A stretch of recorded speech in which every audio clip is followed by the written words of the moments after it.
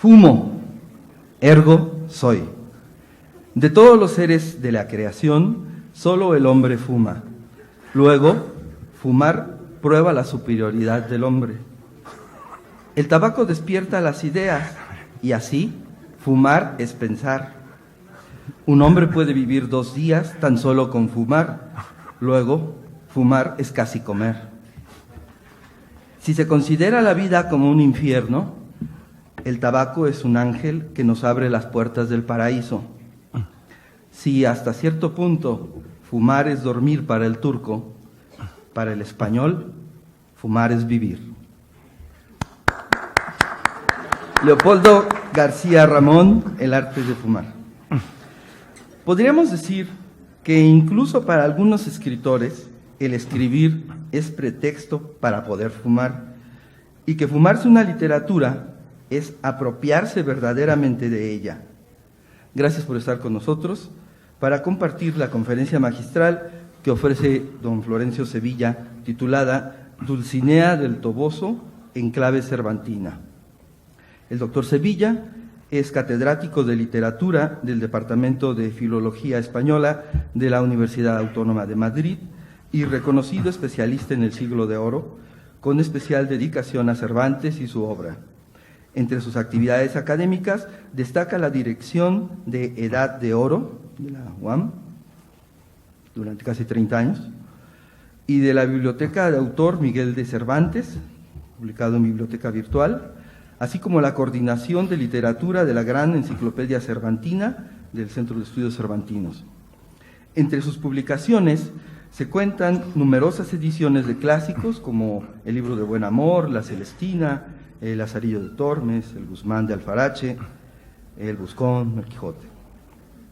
Y sobre todo, los grandes volúmenes de obras completas de Miguel de Cervantes, obras completas por Castalia del 99, la novela picaresca española, también de Castalia del 2001, es además coautor con Antonio Rey Azas de las difundidas obras completas de Cervantes, publicada por el Centro de Estudios Cervantinos de Madrid, del 93 al 95 en 3 volúmenes, y por Alianza Editorial del 96 al 99 en 18 volúmenes.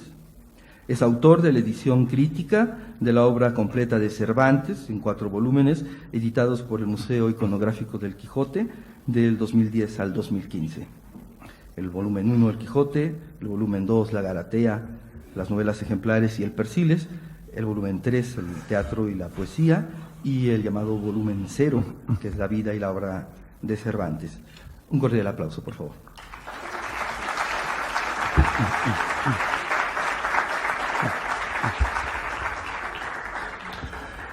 Muchísimas gracias, Raimundo, por esa presentación tan generosa. ¿Dónde estás?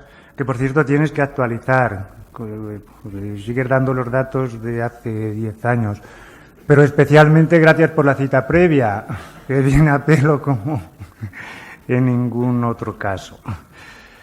Y antes de nada, sobre todo, muchísimas gracias a todos ustedes, con Ana Sara y Onofre Sánchez por delante, naturalmente, por haber vuelto a acogerme un año más, quizás ya son demasiados, ¿no?, en este coloquio cervantino al que tanto debo y al que tanto quiero.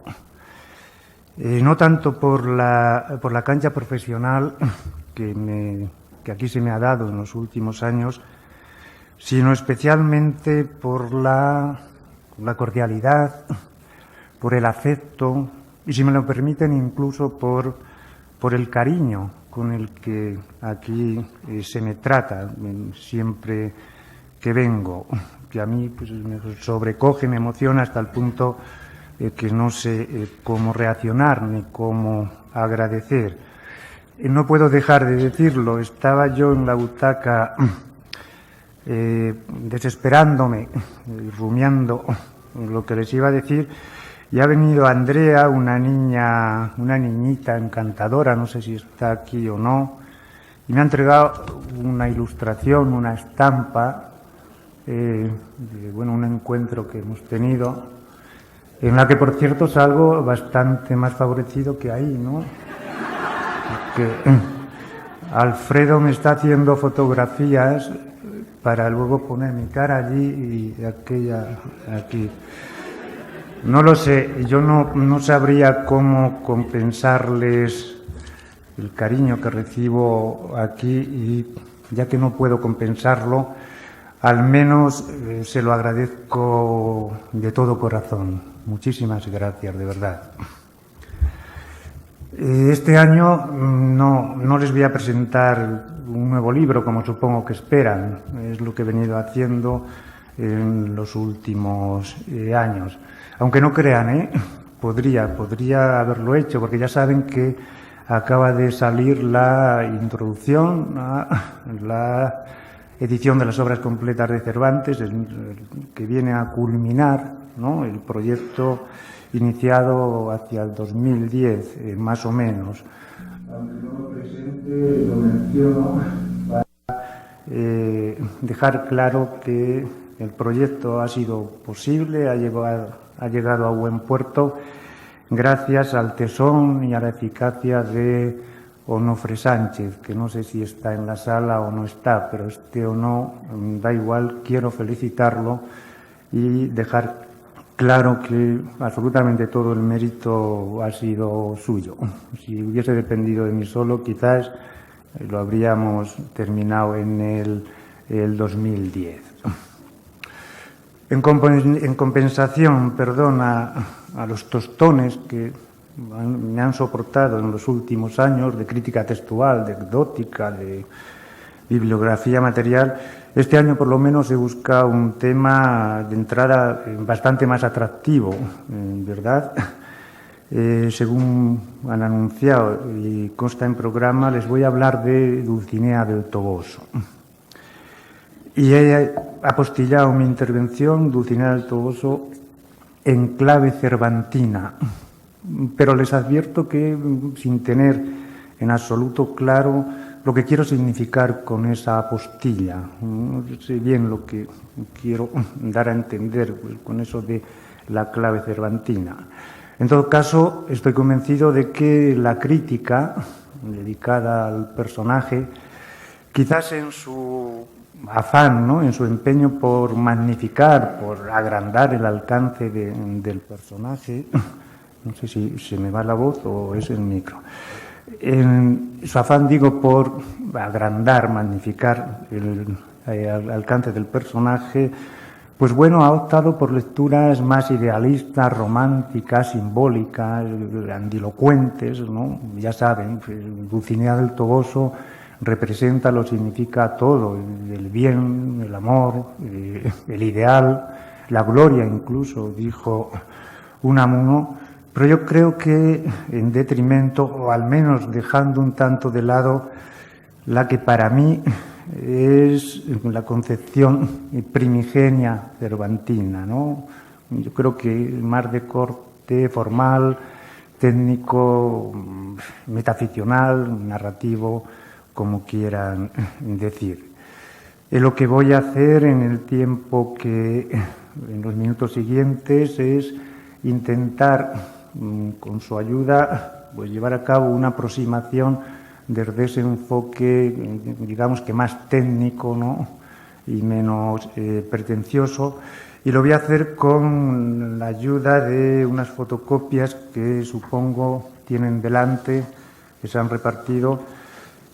Bueno, les vamos a utilizarlas simplemente para contextualizar lo que diga, para no hablar pues tan en el vacío. Vamos pues a ello. Estarán de acuerdo conmigo en que basta con echar un vistazo a la bibliografía disponible sobre Dulcinea del Toboso para percatarse tanto de la profundidad como de la solvencia con la que ha sido explicado el personaje desde prácticamente todos los puntos de vista imaginables.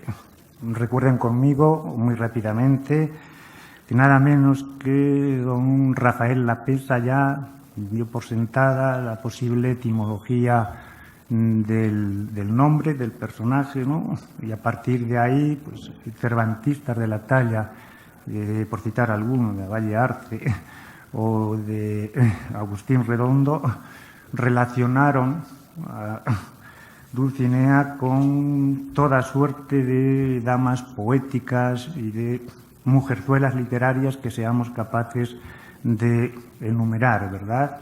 De un lado, Floriseas, Caricleas, Febeas, apuntaba, por dar algún nombre; de otro lado, Aldas, Melibeas, Lozanas, etcétera, etcétera. Si pensamos en el plano compositivo, estructural, semántico, ¿no? Como señora de los pensamientos, que es, Dulcinea se instala en la médula misma de la historia, ¿no? Tanto en su vertiente caballeresca como en su dimensión amorosa. Rodríguez Luis, por ejemplo, o Luis Rosales rastrearon el texto desde el principio hasta el final de las dos partes, evidenciando el papel crucial que desempeña el personaje en la configuración global de la historia, ¿no? En fin, no hace falta que le recuerde, pues, el juego crítico que ha dado la dimensión cómica, ¿no? El idealismo, ese ridiculizador, la parodia bufa aplicada a Dulcinea del Toboso, pues, como evidenciaron desde hace ya muchísimo tiempo, pues, críticos como Predmore, Oster, Auerbach, Torrente Ballester, Luis Rosales también, etcétera, etcétera. No hace, insisto, en la dimensión simbólica, que quizás es la más explotada. Basta con pensar en el 98 para hacerse cargo de hasta qué punto se ha, yo creo que, sobredimensionado ese planteamiento. Y todo ello dejando de lado enfoques de más altos vuelos, ¿no? Más pretenciosos, unas veces autobiográficos, otras psicológicos, otras feministas, tan renovadores como sugerentes, pero que yo, digamos que en un principio no he tenido en cuenta en esta ocasión, no por menosprecio, sino porque no me entraban. No quiero hacer un estado de la cuestión bibliográfico sobre Dulcinea. Solo quiero partir de algo que me parece incontestable. A la vista de la bibliografía existente, a mí me da la sensación de que Dulcinea del Toboso es de alguna forma un tema agotado, ¿no? Da la sensación de que está todo dicho. Yo les cuento mis miserias. Me cuesta, Dios y ayuda, imaginar cómo buscar un enfoque pues, más o menos nuevo, sugerente, personal. Me dirán que entonces, ¿para qué he venido aquí y para qué he elegido el tema de Dulcinea?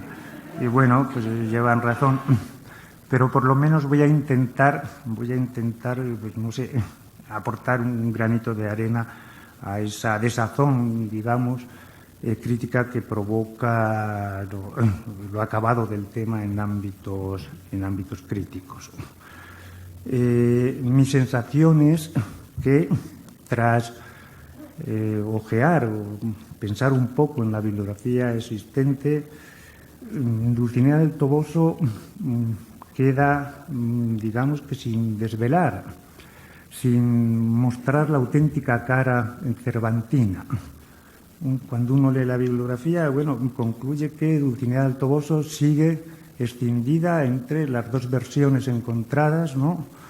Las descripciones de Don Quijote y de Sancho, una más ideal, otra más real, pero las dos inventadas, ¿no? Ninguno de los dos realmente la ha visto. Bueno, Sancho dice que sí, que él la vio de oídas, ¿no? Y ahí estamos con Aldonza Dulcinea, sin saber qué hacer con ella. Es como dos caras de una moneda que no acaban de confrontar, ¿no? Dulcinea sigue experimentando, como ha mencionado Ruth en la ponencia anterior, pues todo tipo de perrerías, de transformaciones, de cambios. A la pobre la dejan nueva, ¿no?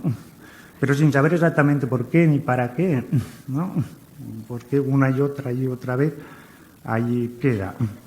Y sobre todo lo que más me preocupa es que Dulcinea del Toboso, cuando uno cierra el Quijote de 2015, pues sigue deambulando, digamos, por los andurriales quijotescos, manchegos, sin que sepamos exactamente lo que ha sido de ella.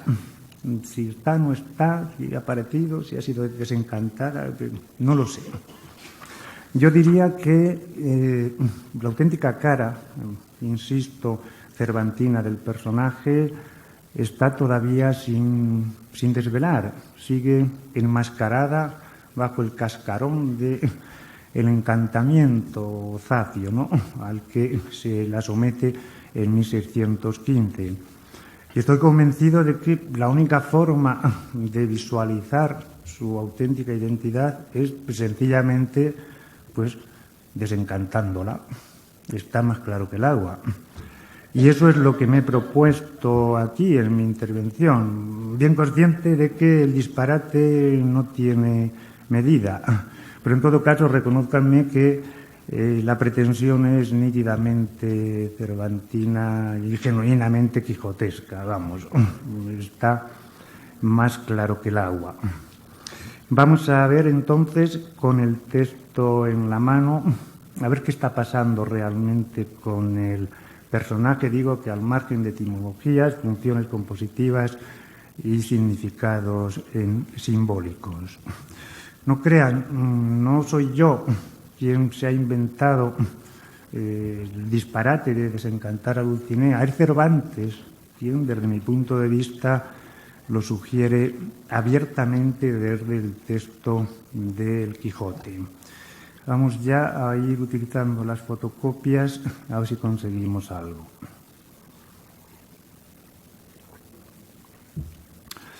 Miren ustedes, es el caso que muy poco antes de finalizar la novela, la segunda parte, ¿no?, pero la totalidad del libro, con Don Quijote moribundo ya, postrado en el lecho de muerte, y esto es importante, previa autorrenuncia a su descabellada mistificación caballeresca, ¿no?, al lugar manchego innominado llega una noticia, llega una nueva, por boca del bachiller Sansón Carrasco, tan asombrosa como desconcertante para cualquier, con permiso, desocupado lector del Quijote. Les he recogido el pasaje en la primera cara de las fotocopias, bajo el número 1, vamos. Reléanlo rápidamente. Voy a leer fundamentalmente lo subrayado para que nos dé tiempo a comer, ¿no? Pero bueno, ustedes conocen el Quijote, no hace falta que... Es el momento en que Don Quijote, Alonso Quijano renuncia a su experiencia caballeresca y recobra la personalidad de Alonso Quijano, le da carpetazo al Quijote, ¿no?, darme albricias, buenos señores, de que ya yo no soy Don Quijote de la Mancha, sino Alonso Quijano. Y precisamente acto seguido, en ese contexto, ¿no?, Sansón Carrasco pregunta, en la última línea, al fragmento 1, ahora, señor Don Quijote, que tenemos nueva que está desencantada la señora Dulcinea, ¿sale vuestra merced con eso? Bueno, la frase pasa desapercibida, en un principio no tiene por qué significar nada, pero yo creo que el lector apasionado del Quijote, que se ha pasado toda la segunda parte de la novela, ¿no?, al lado de Don Quijote, angustiado en espera de que se consume tan magnífico fenómeno, ¿no?, el desencantamiento, pues como mínimo se preguntará ante esa nueva, que a cuento de que viene, ¿no?, esa memez, esa impertinencia, esa incoherencia, ¿no? Resulta que hemos leído el segundo Quijote en espera del desencantamiento, no se ha desencantado, y cuando vamos a cerrarlo se nos dice que sí se ha desencantado Dulcinea del Toboso. Bueno, a cuento de que viene. Y sobre todo, quizá no sea legítimo preguntarse por qué Cervantes introduce esa información precisamente ahí, en el cierre de la novela. Supongo que ustedes dirán, bueno, es que estoy de los nervios, que no es para tanto, que la noticia es falsa, que Dulcinea obviamente no se ha desencantado, porque nunca hubo Dulcinea ni encantada ni desencantada. Que esto es una impertinencia más del cretino este, porque mira que es repelente del bachiller Sansón Carrasco, más inoportuno que nadie, ¿no? Que mete la pata, o quizá una gracia más de Cervantes, bueno, pues que se ingiere ahí como broma más. Bueno, puedo estar de acuerdo, no digo que no, quizás sea una metedura de pata, una ocurrencia chusca, lo acepto, pero el Quijote es esencialmente eso, es un cúmulo genial, ¿no?, de trampantojos, recurrencias cómicas, provocantes a risa, desde el principio hasta el final. Si aceptamos todas las demás, no sé por qué vamos a quitarle contenidos o implicaciones a la que estoy comentando. Repito que he cogido un poco in extremis con el afán de replantear personalmente el personaje. Digamos que si nos tomamos en serio críticamente, hasta el punto de no hablar de otra cosa cuando hablamos de Dulcinea, su encantamiento, no sé por qué vamos a pasar por alto el desencantamiento, fenómeno al que Cervantes, y bueno, a veces se pasa por alto, le dedica nada menos que la mitad de El Quijote de 1615. Dulcinea está encantada desde el capítulo, échenme una mano, aproximadamente 11 hasta el 35 por ahí, y a partir del 36 más o menos hasta el 74 lo que prima es el desencantamiento como objetivo. Yo creo que podría ser legítimo, en todo caso, pues replantearse un poco qué está pasando con la nueva en cuestión, sobre todo colocada donde está colocada. Quizás las preguntas legítimas sean tres. En primer lugar, ¿Dulcinea está desencantada o no está desencantada? Yo no sé si ustedes se atreverían a contestar o no. Si quieren lo hablamos después en la comida. En segundo lugar, si lo está, si Dulcinea está desencantada, ¿por qué no aparece en el Quijote cuando se le ha dedicado tanto espacio narrativo al fenómeno? Y lo que a mí más me interesa, en lo que quiero centrarme hoy aquí, es por qué introduce Cervantes esa noticia en concreto precisamente en el cierre de la novela. La deja caer sin ningún significado, está llamando la atención sobre algo que se nos puede haber pasado por alto. No lo sé. Digo que las preguntas a mí me parecen legítimas. Lo que no tengo tan claro ya son las respuestas. Esa es otra historia. El menudo berenjenal, ¿no? A ver quién resuelve los enigmas cervantinos, ¿no? Y aquí en Guanajuato, ante un público tan cervantino, ¿no? Y bueno, quizás no haya respuestas, quizás, como ocurre tantas veces con Cervantes, con sus piruetas literarias, no haya más remedio que admirar su genialidad creativa y dejarlo estar. Pero yo estoy convencido de que si Cervantes dejó caer la información, la noticia del desencantamiento de Dulcinea, precisamente en el cierre de la novela, fue intencionadamente. Y yo creo que fue a modo de invitación y provocación al lector, una especie de guiño, como cuando la cueva de Montesinos, ¿no? Conocidamente dice, y tú lector, pues eres prudente, tú sabrás lo que haces. Pues algo parecido, ¿no? Bueno, Dulcinea te la he dejado desencantada, ¿no? Ahora a ver qué haces con ella, ¿no?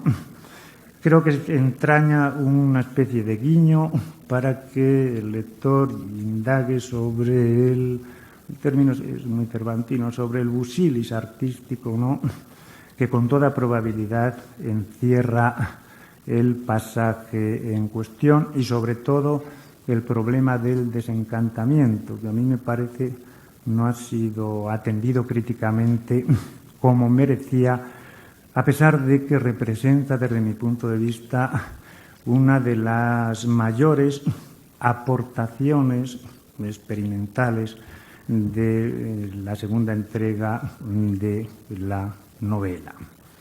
Yo estoy convencido incluso, quizá estoy adelantando un poco la conclusión, de que Cervantes dejó caer el dato para llamarnos la atención y para que replanteásemos, ¿no?, el genial proceso creativo, novelesco, experimental que le había dedicado a Dulcinea, no solo en la segunda parte, aunque sí especialmente, pero desde el mismo arranque del libro, en 1605, ya en el primer capítulo. Recuerden que a vueltas con Aldonza Lorenzo.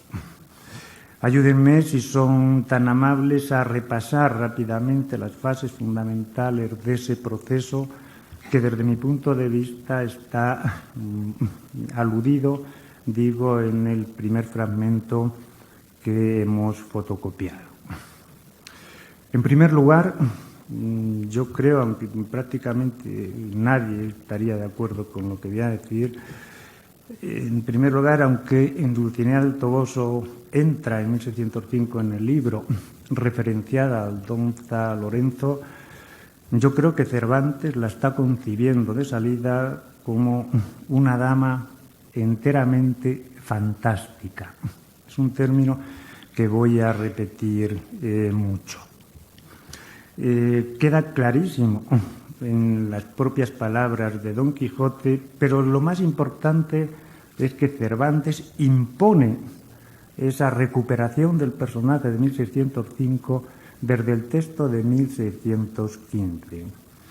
Lean conmigo rápidamente, por favor, los fragmentos segundo y tercero y verán cómo no hay espacio casi para la discusión. En el primero, en el que lleva el número 2, el capítulo 13 de la segunda parte, creo que es el momento en el que Don Quijote va con Vivaldo hacia el entierro de Grisóstomo, ¿no?, y dice: su hermosura, ¿no?, la de Dulcinea, es sobrehumana, pues en ella se vienen a hacer verdaderos, dice, todos los imposibles y quiméricos atributos de belleza que los poetas dan a sus damas.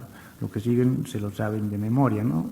Ha descrito Pueles, ¿no?, describe los ojos, la nariz, los labios, los dientes, etcétera, etcétera. He puesto en cursiva lo que nos interesa. En ella se vienen a hacer verdaderos todos los imposibles y quiméricos atributos de belleza. Y para concluir con todo, dice en el capítulo 25, creo que está hablando con Sancho: yo imagino que todo lo que digo es así, sin que sobre ni falte nada, y píntola en mi imaginación como la deseo, así en la belleza como en la principalidad. No la llega y diga cada uno lo que quisiere. Píntola en mi imaginación como la deseo. Eso ya es bastante indiscutible. Pero lo que más me interesa es el fragmento siguiente, el número 3. Los duques, en el capítulo 32 de la segunda parte, le piden a Don Quijote, pues que les describa a Dulcinea o algo así, y me he cambiado de... Están hablando del tema y la duquesa dice: no hay más que decir. Pero si con todo eso hemos de dar crédito a la historia que del señor Don Quijote de pocos días a esta parte ha salido a la luz del mundo, con general aplauso de las gentes, el Quijote de 1605, de ella se colige, si mal no me acuerdo, esto es del texto de la novela de 1605, se deduce, se desprende que nunca vuesa merced ha visto a la señora Dulcinea y que esta tal señora no es en el mundo, sino que es dama fantástica, que vuesa merced la engendró y parió en su entendimiento y la pintó con todas aquellas gracias y perfecciones que quiso. Yo creo que Cervantes en 1615 está trabajando exclusivamente con una Dulcinea ideal, fantástica, inexistente como punto de partida. Ese es el arranque esencial de su experimento, ¿no?, en la continuación del 15. Podemos seguir reduciendo el personaje a la dicotomía Aldonza Lorenzo, Dulcinea del Toboso, pero no es lo que aconseja Cervantes desde el texto del libro. Por eso quería fotocopiarlo, para no opinar yo, que opine él. En definitiva, se trata, en una primera fase, de un personaje concebido como puro engendro imaginario, fantástico e inexistente. Eso a mí me parece indiscutible con el texto en la mano. Mientras el personaje permanezca limitado al plano mental de Don Quijote, como señora de sus pensamientos, ¿no?, o como personaje que dice todo el mundo puramente referido, según ocurre en 1605, pues el problema es menor. Ahí está Don Quijote con sus devaneos, ¿no?, y no tiene ninguna repercusión de ningún tipo.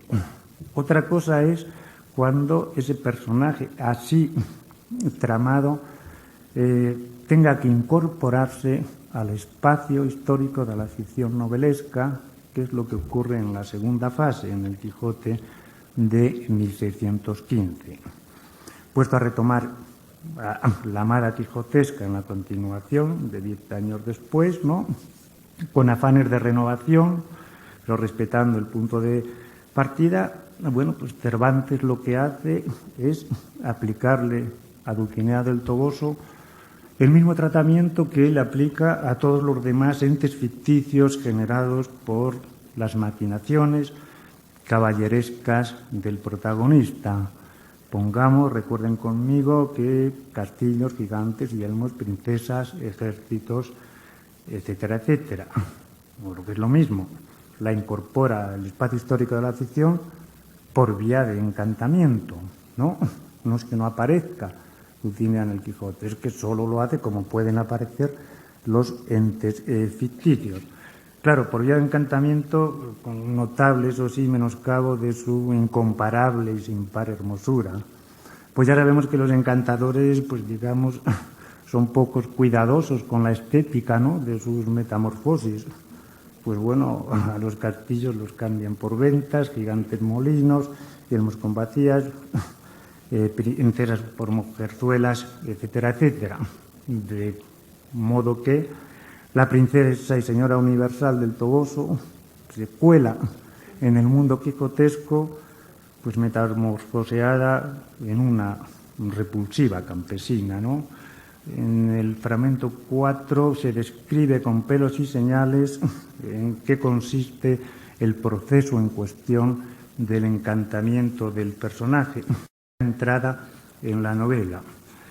Siquiera, por cierto, en el fragmento 4, en el capítulo 32 de la segunda parte, aquí es donde los duques le piden a Don Quijote que la describa. Si no me lo hubieran borrado de la idea, la desgracia que poco ha que le sucedió, que es tal que más estoy, vamos al grano, en las 3 últimas líneas. Allí la encantada dice, cuando la del Toboso, ¿no?, en el camino del Toboso, y convertida fíjense bien, de princesa en labradora, de hermosa en fea, de ángel en diablo, de olorosa en pestífera, de bien hablada en rústica, de reposada en brincadora, de luz en tinieblas, y finalmente de Dulcinea del Toboso en una villana de Sayago. La dejan nueva, ¿no?, a la pobre. Pero bueno, en eso consiste. Gracias a eso, la dama ideal fantástica puede acceder al espacio novelesco, y lo hace en varias ocasiones, hasta en 3, ¿no? En 3 casos. Primero en el camino del Toboso, segundo en la cueva de Montesinos, y en tercer lugar en la casa de placer de los duques, en el capítulo 35, recuerden, en la carroza aquella infernal, ¿no?, con los carros tirados por bueyes y llenos de encantadores. Es una terna perfectamente graduada, entrelazada entre sí, maravillosa, en la que no me puedo detener, y tampoco hace falta que me detenga porque está magistralmente explicada en la mayoría de los estudios serios dedicados al Quijote. Pero en fin, ahí está la dama ideal colándose en el Quijote reiteradamente hasta en 3 ocasiones. incluso la tercera vez en una situación un tanto asombrosa, alarmante y que yo no he encontrado explicada satisfactoriamente desde mi punto de vista en ningún estudio sobre el Quijote. Yo diría que Cervantes está tanteando, está merodeando la posibilidad de que se encuentre Dulcinea del Toboso, ya sé que soy pesado, Dulcinea del Toboso como quimera, como dama fantástica, con Don Quijote de la Mancha, con Alonso Quijano, que son la misma cosa. Lo bordea desde la realidad, gracias a la barrabasada de Sancho, desde la ensoñación visionaria en la cueva de Montesinos y desde el desfile entre infernal y visionario, aunque adobado por los duques en la casa de Placero, después de la cacería esa que le organizan. Pero decía que hay un pasaje un tanto llamativo que a mí me deja desconcertado. La tercera vez que Dulcinea aparece encantada ante Don Quijote, no está de todo encantada. Merlín le ha concedido que recobre su integridad originaria para la ocasión. Pasa por delante Don Quijote y Sancho, habla con Sancho, se lo he recogido en el capítulo, en el pasaje quinto, no tratándolo muchísimo, es largo para que recuerden un poco lo que está ocurriendo. Levantándose en pie la argentada ninfa que junto al espíritu de Merlín venía, quitándose el sutil velo del rostro, le descubrió tal que a todos pareció más que demasiadamente hermoso. Es Dulcinea del Toboso, en su belleza originaria, para Don Quijote de la Mancha, naturalmente. Le habla a Sancho Panza, menciona a Don Quijote, y el carro comenzó a caminar, dice después, y al pasar la hermosa Dulcinea inclinó la cabeza a los duques y hizo una grave reverencia a Sancho Panza, ¿no? Don Quijote se queda patidifuso, no reacciona, atontado. ¿Cómo es posible? Tiene delante. Es el paje, claro. Guapo el paje, además. Pero Don Quijote tiene delante a Dulcinea del Toboso y no reacciona. ¿Qué está pasando? Cervantes no sabe qué hacer. ¿Qué puede hacer Don Quijote? ¿Qué está ocurriendo? Está merodeando un encuentro entre los dos, mezclando planos imposibles. No he visto una explicación convincente en ningún sitio. Digo que no la he encontrado, no digo que no exista. Las que he encontrado mejor no las menciono porque son deplorables. Por tanto, vamos a ello, si no me he perdido y sé por dónde voy, porque con las dos fotocopias digo que el pasaje de Cervantes quizá está merodeando un encuentro y casi lo consuma, ¿no? Pero da la sensación como que no se atreve. En todo caso, mientras Dulcinea siga encantada o medio encantada, todavía no hay mayor problema a la vista. El Quijote está hecho así, ¿no? Ballarte sostiene que los encantadores son una necesidad ontológica, ¿no? Los entes de ficción solo entran en la novela por esa vía. Bueno, se le da a Dulcinea el mismo tratamiento que a los demás y digo que no hay mayor problema. Estamos dentro de lo convencional. Insisto, no es que Dulcinea no aparezca en el Quijote, es que Dulcinea solo puede aparecer por vía de encantamiento o previo encantamiento. En una tercera fase, la situación se complica considerablemente cuando Cervantes no se conforma ni mucho menos con la Dulcinea encantada y yo creo que decidió exprimir al máximo su potencialidad novelesca, le aplica, y esto es importante, en exclusiva una operación metaficcional inaudita en el Quijote. Ya lo mencionaba antes, el desencantamiento. Yo creo que ahí radica el quid de la cuestión y ahí radica la esencia de la configuración novelesca del personaje, sobre todo en 1615. Piensen conmigo, si son tan amables. Si encantar significa otorgar, quiero leer, apariencia física real a lo fantástico, permitiéndole con ello su representación y acceso al espacio histórico de la narración, desencantar solo puede entenderse en sentido contrario, ¿no? Esto es, invirtiendo toda la frase, solo puede entenderse como despojar de su apariencia física real a lo encantado, impidiéndole con ello su representación y permanencia en el espacio histórico de la narración. Me ha salido dificilísimo, lo digo mucho más expeditivamente. Si el encantamiento es la puerta de entrada de lo caballeresco imaginario en lo manchego histórico, el desencantamiento solo podrá ser la de salida. Es incontestable. Aplicado a Dulcinea, el planteamiento no tiene vuelta de hoja. Aplicado a Dulcinea, desencantar consiste en revertir la metamorfosis operada por los encantadores para devolverle a la labradora uno por uno los imposibles y quiméricos atributos de belleza de la dama fantástica.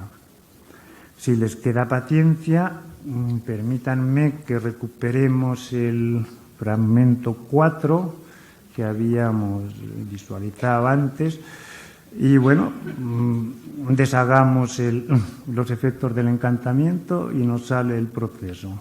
Leemos desde el final. Hallarla encantada había supuesto convertirla de princesa, leemos al revés. Desencantarla significa convertirla de labradora en princesa, de fea en hermosa, de diablo en ángel, de pestífera en olorosa, pestífera dice el tío, de rústica en bien hablada, de brincadora en reposada, de tinieblas en luz y de villana de Sayago en Dulcinea del Toboso. Digo que no tiene vuelta de hoja, es la operación inversa. Seguro que ustedes están pensando lo mismo que yo y posiblemente lo mismo que pensó Cervantes cuando maquinó la operación en cuestión.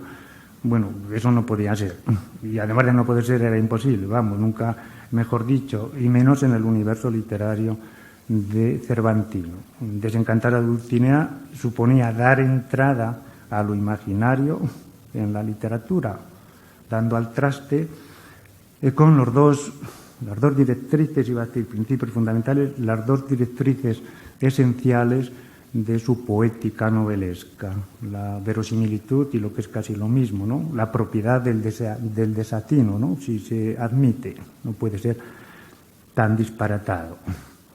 Naturalmente, Cervantes lo sabía y lo sabía mucho mejor que nosotros, infinitamente mejor que yo. Era bien consciente de la envergadura del disparate, incluso de la inviabilidad del propósito. Pero así todo se alía con Don Quijote de la Mancha en su empeño por desencantar a la Dulcinea encantada. Y eso sí, se cuida muy sospechosamente y muy mucho de evidenciar la clave del problema o la envergadura del experimento literario que tiene entre manos. Don Quijote pretende insuflar vida contante y sonante a lo inexistente, ¿no? A lo ideal, a lo fantástico y a lo maravilloso. Miren, si no, ya quizás más rápidamente en el fragmento 6, con qué insistencia obsesiva se matiza el problema de la operación en cuestión. Don Quijote insiste en que no se conforma con ver a la Dulcinea, ni a Don Lorenzo, ni a la Dulcinea encantada, sino a la dama fantástica en su inexistencia genuina.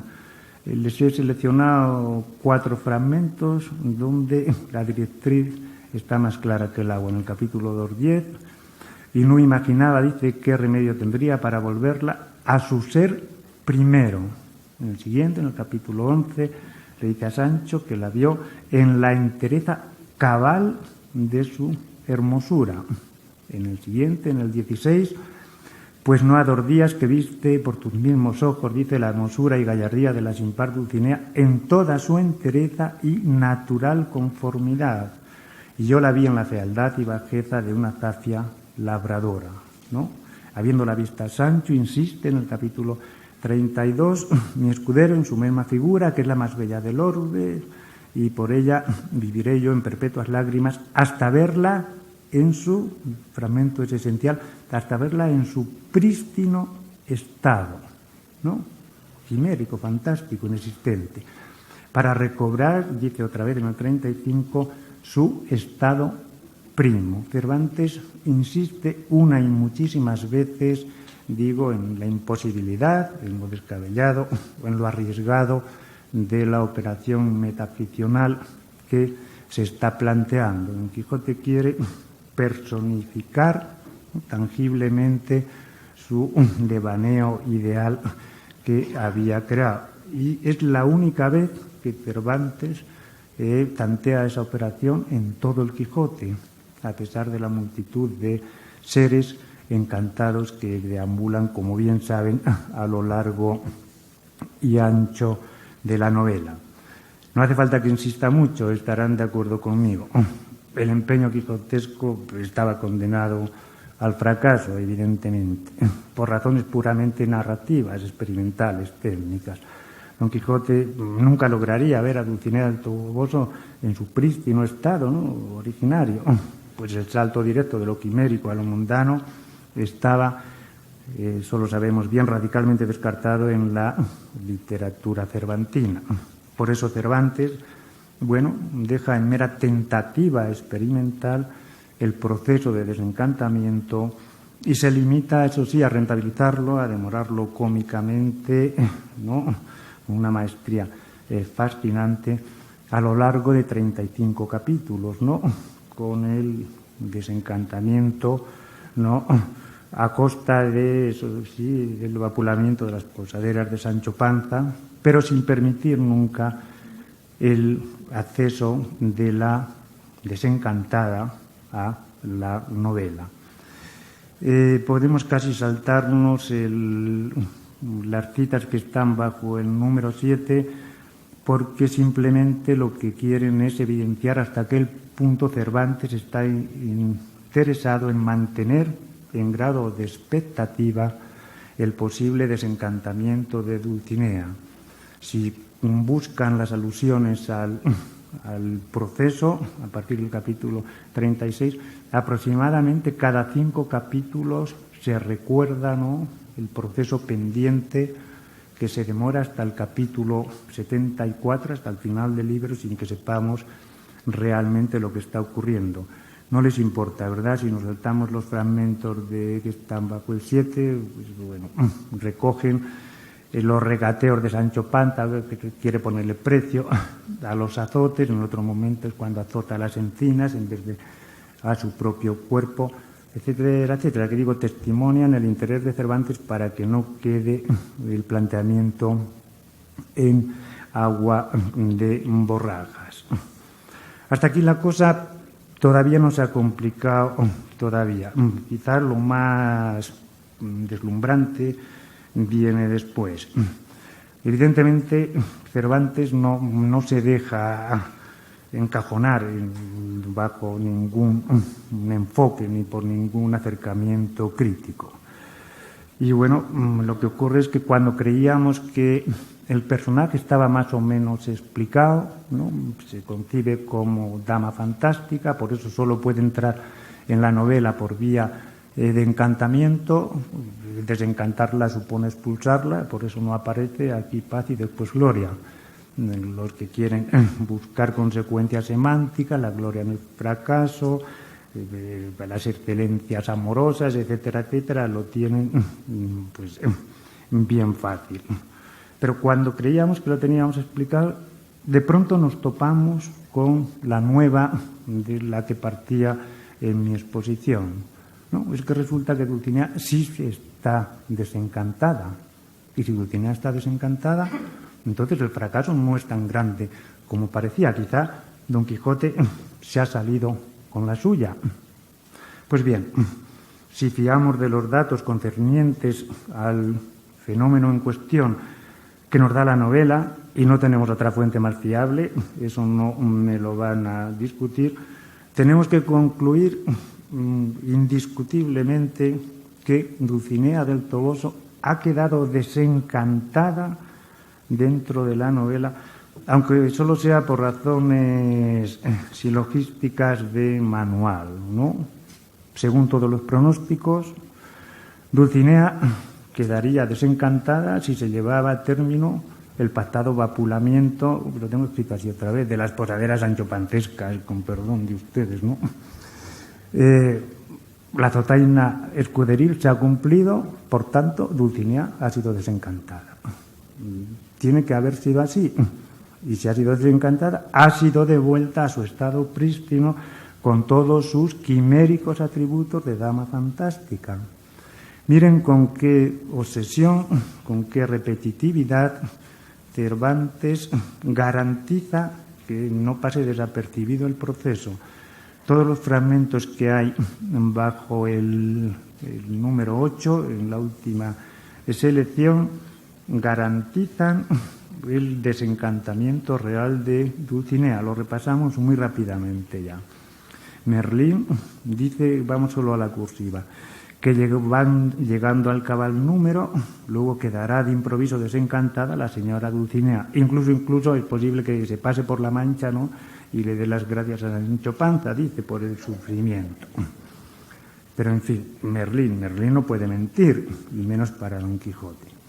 Después, cuando la aventura de Clavileño, ¿no?, Malambruno no se da por contento, y cuando se cumpliere el escuderil vápulo, la blanca paloma se verá libre de los pestíferos gerifaltes que la persiguen y en brazos de su querido, etcétera, etcétera. La cabeza encantada, en el capítulo 62, cuando Don Quijote pregunta, ¿serán ciertos los azotes de Sancho mi escudero? ¿Tendrá efecto el desencanto de Dulcinea? A lo de la cueva respondieron, no hay mucho que decir, que todo tiene, los azotes de Sancho irán despacio, el desencanto de Dulcinea llegará a debida ejecución. Pues bueno, digo, el silogismo sale.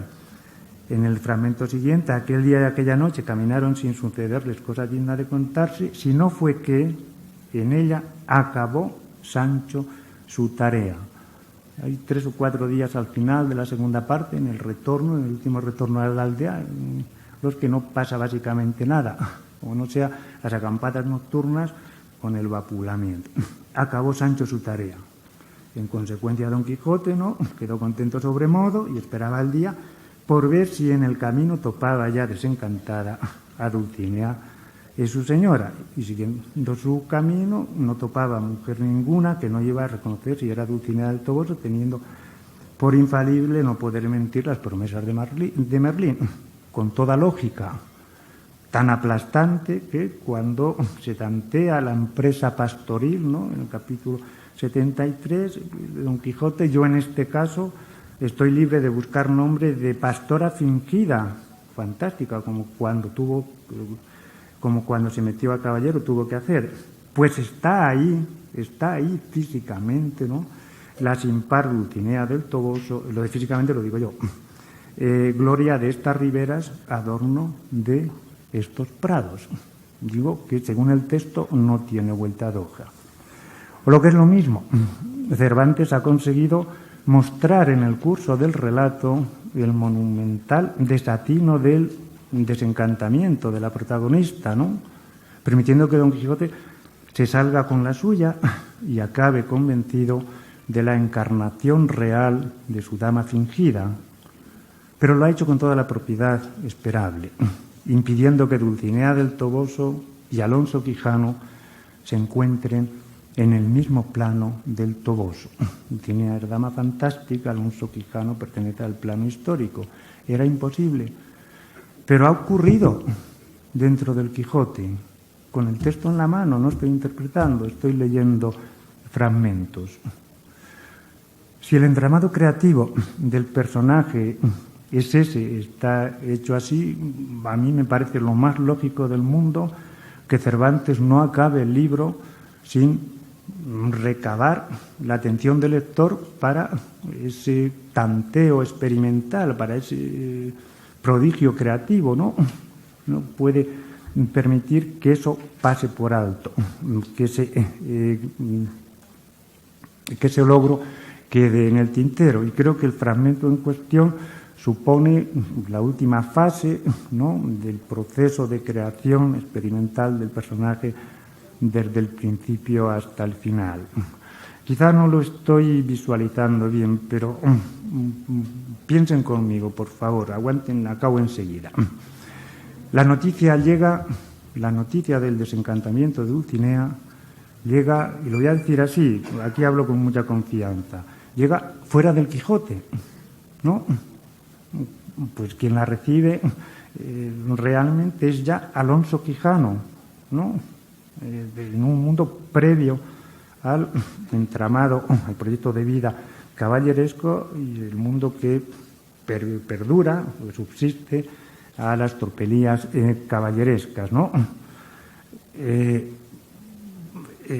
Y testimonia la noticia, cuando menos, no sé si van a estar de acuerdo o no, la incorporación física de Dulcinea del Toboso, la dama fantástica, al espacio histórico manchego. Es lo que significa la información. Sansón Carrasco había informado de que se había publicado la primera parte del Quijote y era verdad. Aquí puede estar aludiendo a lo mismo. Y quiero decir lo que estoy diciendo, no crean que por emocionado que esté desvarío demasiado. La dama fantástica de 1605 termina cobrando vida real, al menos genera noticias, ¿no?, históricas, 10 años después en el lugar de la Mancha. A mí me suena a un disparate monumental, pero yo lo entiendo así. Quizás caigamos en la tentación de preguntarnos, pero entonces, ¿qué está pasando en el Quijote, no? ¿Al caso es que Dulcinea del Toboso es posible sin Don Quijote de la Mancha? ¿No? Quien la había creado en su idea. ¿Es un personaje imposible en la literatura cervantina, pero posible en el mundo que genera? Yo no sé si callarme, hacemos un coloquio, porque quizás necesite su ayuda. No sé si ustedes están pensando en responder o no responder a lo que planteo. Pero antes de que lo hagan, yo les aconsejo que recuerden un par de pasajes del Quijote de 1615. Estas no son de las cosas cuya averiguación se ha de llevar hasta el cabo, dice Don Quijote, ¿no? Sobre todo porque, y con esto acabo, hay algunos que se cansan en saber y averiguar cosas que, después de sabidas y averiguadas, no importan un ardite. Ese es el mejor Cervantes. Quizás esa es la clave cervantina de Dulcinea del Toboso. No sé cómo voy de tiempo, pero 1000 gracias por la atención y un abrazo por la paciencia.